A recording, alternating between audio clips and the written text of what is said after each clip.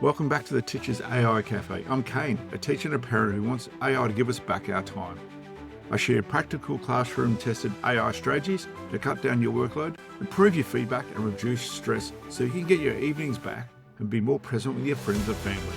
No jargon, just actionable steps. Grab your mug. Now let's get going.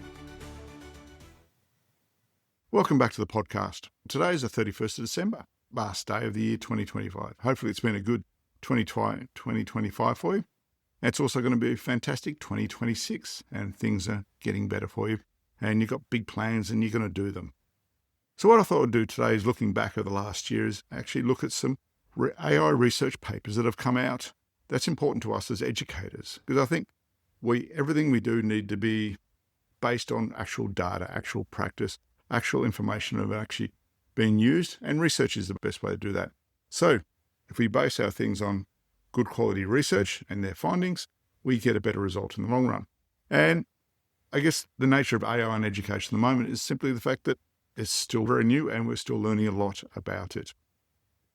So this makes it really relevant for teachers and school leaders that we treat this research as something that can be interpreted through our own professional judgment and our classroom realities, rather than just as a technical sort of hype, what AI is for many people.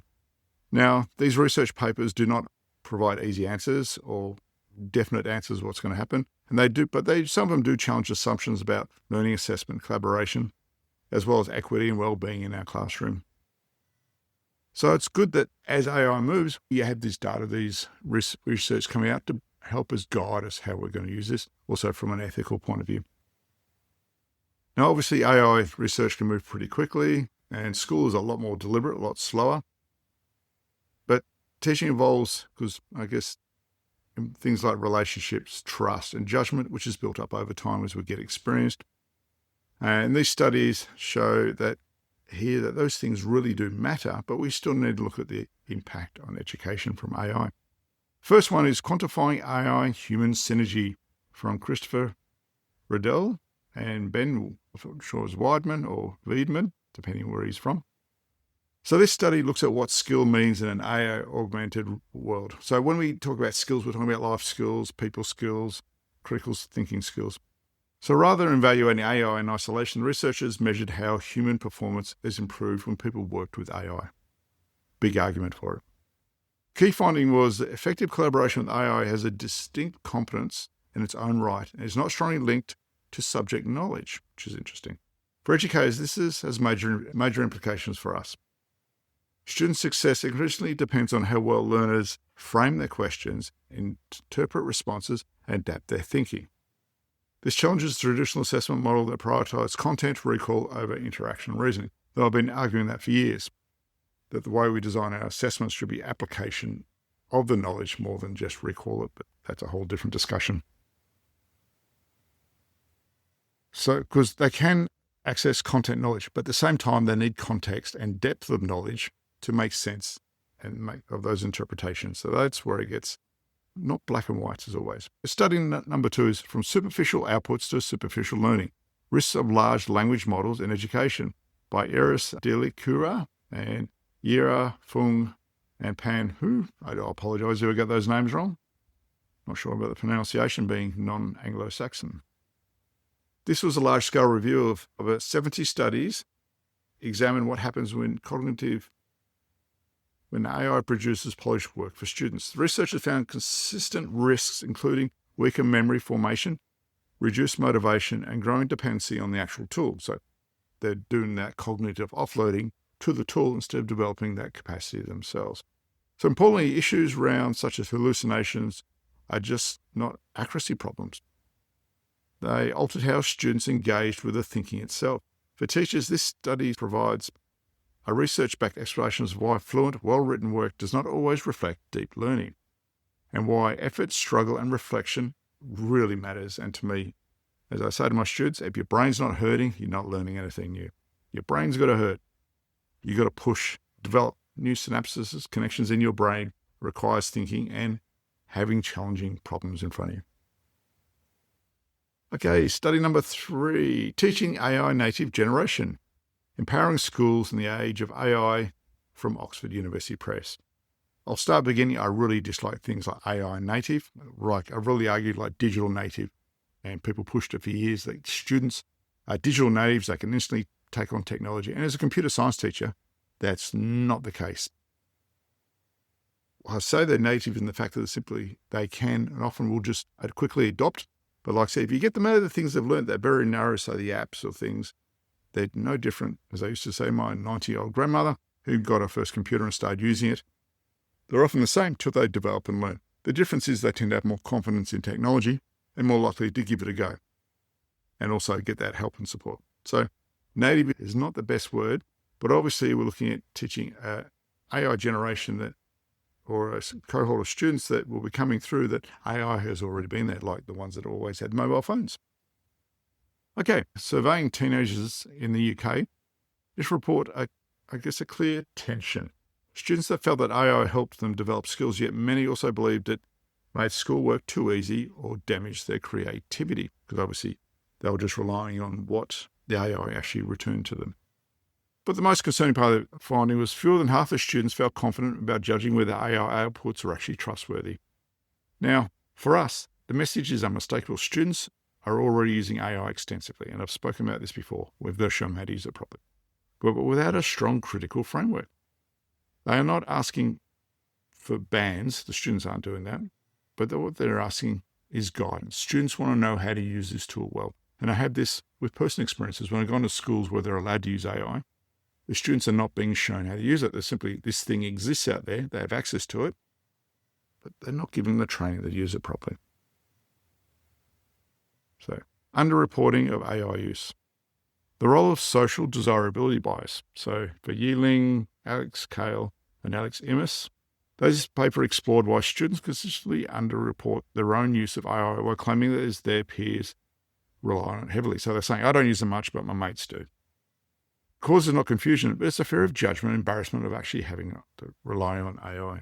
So what this means for us as schools is rather serious. So institutional surveys on AI use are more likely to be inaccurate.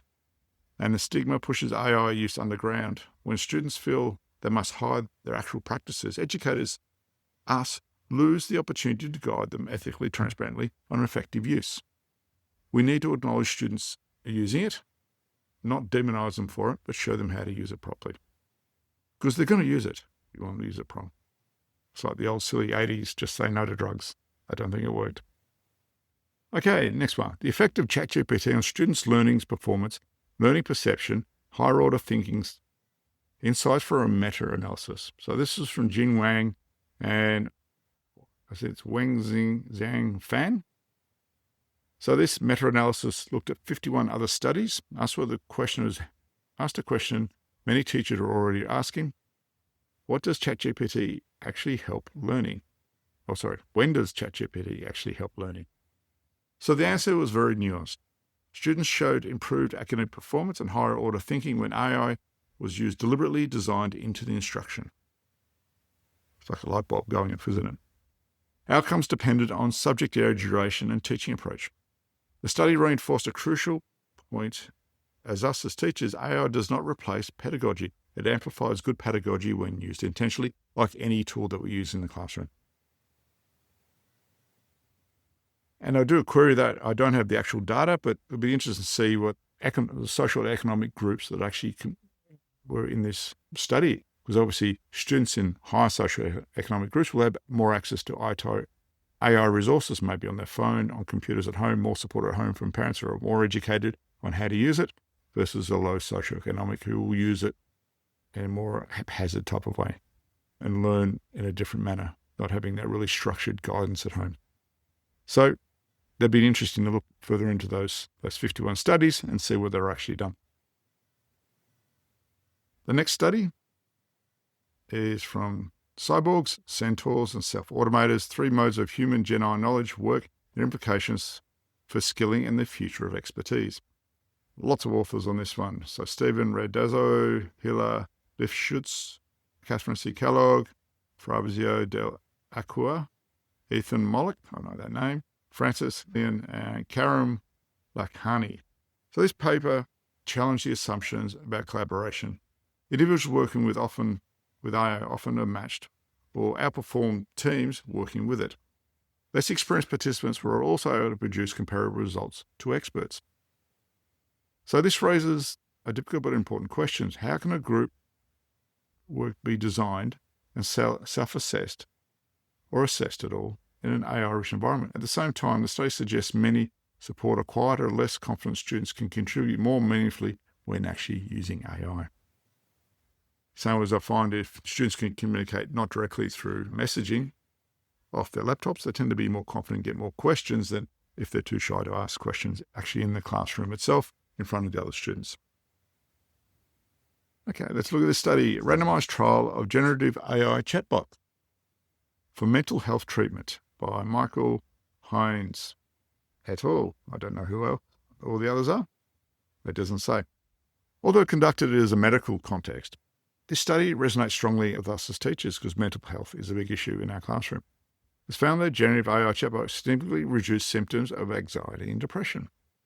Researchers did not position AI as a replacement for human care, but a scalable support that can operate alongside professionals, provide safeguards and privacy protections, assuming the provide safeguards and privacy protections are robust. So you really need a custom bot for this.